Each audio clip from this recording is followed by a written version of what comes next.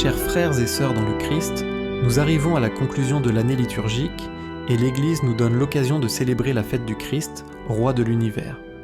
En célébrant cette fête, nous sommes invités non pas à contempler la royauté du Christ telle que les hommes l'imaginent, mais à entrer dans la logique du royaume de Dieu tel que le Christ nous l'a révélé. Les lectures que nous allons méditer mettent en lumière le décalage entre les attentes humaines et la manière dont Dieu se présente réellement au monde. Dans la première lecture, les anciens d'Israël se rassemblent à Hébron pour reconnaître David comme roi.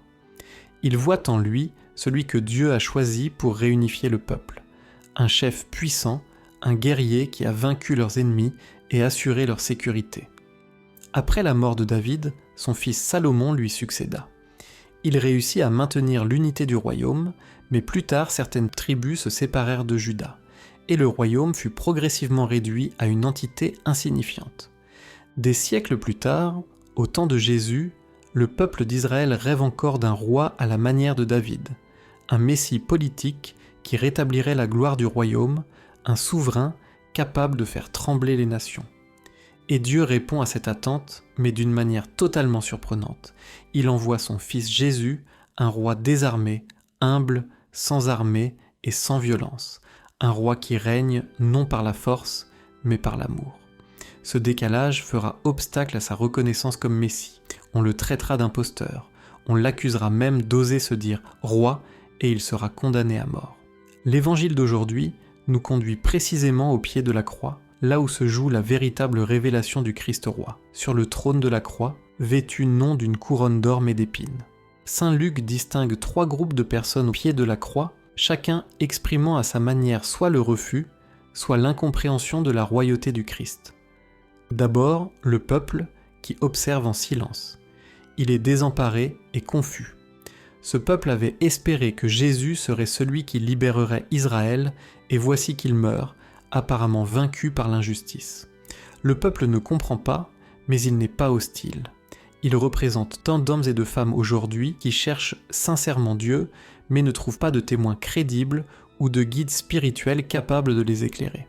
Ensuite, les chefs religieux, qui se montrent sarcastiques, il en a sauvé d'autres, qu'il se sauve lui-même s'il est le Messie de Dieu, disent-ils. Pour eux, Jésus ne peut pas être le Messie, puisqu'il ne correspond pas à l'image du roi qu'ils se sont fabriqués. Il prétend être roi et fils de Dieu, alors qu'il ne semble même pas capable de se sauver. Mais Jésus ne fait pas ce qu'il demande pour prouver sa royauté. Qu'il soit roi est déjà inscrit au-dessus de lui, et en 3 langues, et il ne descend pas de la croix. S'il le faisait, tout le monde croirait peut-être en lui. Mais quelle image de la royauté révélerait-il alors ? Il révélerait un roi qui écrase ses ennemis, qui humilie les méchants, qui règne par la force et par la peur. Ce ne serait plus le Messie envoyé par Dieu, mais le Messie que les hommes rêvent d'avoir. Le 3e groupe est constitué par les soldats. Simples exécutants, eux aussi se moquent de Jésus. Ils ne sont pas juifs et sans doute comparent-ils Jésus aux puissants de leur empire. Ils ne voient en lui qu'un homme vaincu, sans pouvoir, un perdant. Ces soldats représentent tous ceux qui pactisent avec l'injustice par fatalisme, par peur, par intérêt ou simplement parce qu'ils obéissent aux ordres. Dans cet épisode évangélique, celui qui pénètre vraiment le mystère du règne du Christ, c'est l'un des malfaiteurs crucifiés avec lui. La tradition l'appellera le bon larron. Il reconnaît en Jésus, condamné pourtant comme lui, un pouvoir qui dépasse la mort. Il reconnaît sa royauté et, au lieu de réclamer une libération immédiate, il s'en remet humblement à lui en disant « Jésus, souviens-toi de moi quand tu viendras dans ton royaume ». Cet homme, en reconnaissant son péché et en se repentant, voit ce que personne d'autre ne voit, la puissance du roi crucifié. Et la réponse qu'il reçoit « Aujourd'hui, avec moi, tu seras dans le paradis », manifeste que Jésus règne en ouvrant le ciel. Ainsi, la première personne à entrer dans le royaume n'est pas un juste impeccable, mais un homme brisé, un pécheur reconnu coupable et pourtant repenti. De cette manière, Jésus révèle clairement le sens de sa croix. Il est mort pour le salut de ceux que le péché a liés et condamnés. Sa croix devient alors le trône de la miséricorde. L'exemple du bon larron nous aide à comprendre combien, dans le royaume de Dieu, les premiers peuvent être les derniers et les derniers les premiers.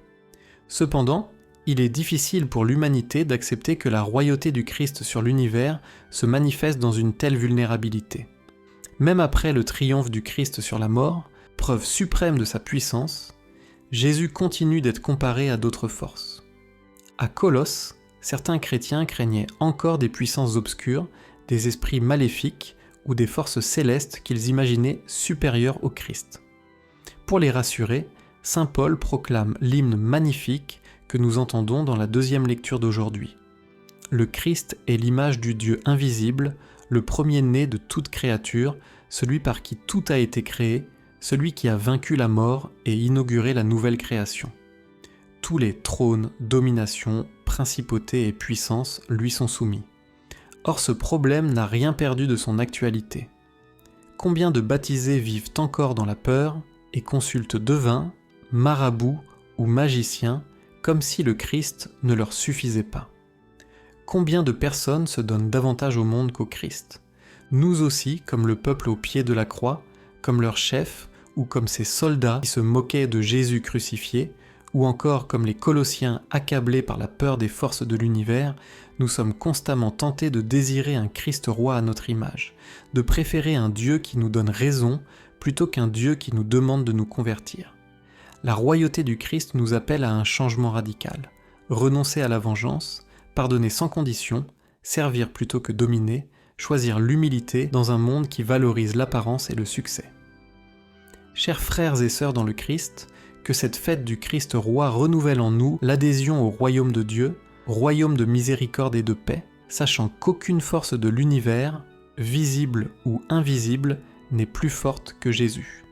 Osons dire, comme le bon larron, « Jésus, souviens-toi de moi quand tu viendras dans ton royaume. » Alors nous entendrons aussi ces paroles réconfortantes. « Venez, les bénis de mon Père, recevez en héritage le royaume qui vous a été préparé depuis la fondation du monde. » Je vous souhaite à vous tous une bonne fête, et que le Seigneur, roi de l'univers, vous bénisse et vous garde dans sa paix.